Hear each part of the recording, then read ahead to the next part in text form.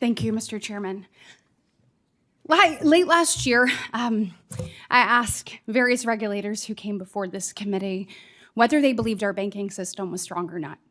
And they all answered yes. So today, I would like to start with that same question for you. In your opinion, is the U.S. banking sector strong? On balance, the answer is yes. What are you balancing there?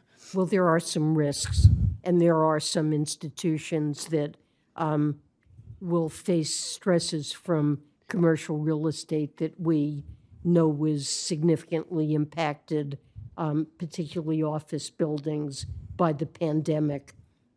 Interest rates are higher. Loans will have to be refinanced in an environment with higher interest charges, lower valuations, and rising vacancy rates. So, for some banks, this will be a concern. But on balance, I'd say the system is well capitalized. So one of the things that we've been looking at, and I want to talk about you leading the council, you're obviously the chair of FSOC and its efforts to monitor the risk and vulnerabilities within our financial system, of which you just named a few. I would certainly hope that part of this and part of what you're evaluating is the potential risk that regulations and rules, new rules coming out, the very own agencies that you oversee, what risk those may pose to our economy.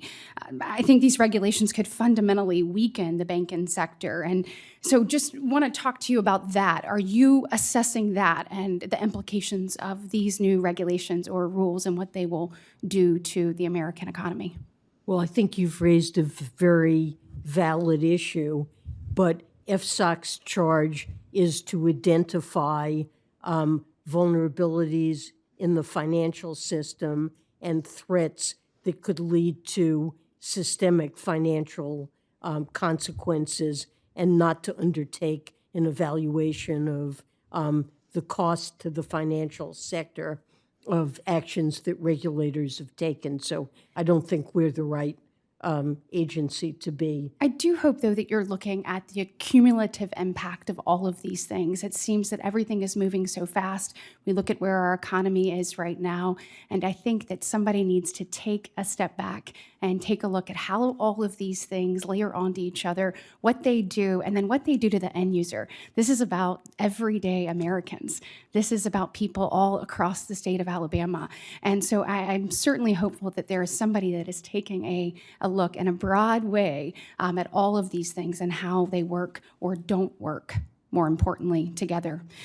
Speaking of risk, I do want to discuss the U.S. sanctions policy. While I appreciate you being here today, I was frustrated that the Treasury Department did not appear before this committee following the October 7th atrocities that we saw occur across the globe. That was no doubt a day where we saw pure evil. And I want to talk to you specifically about our relationship with Iran.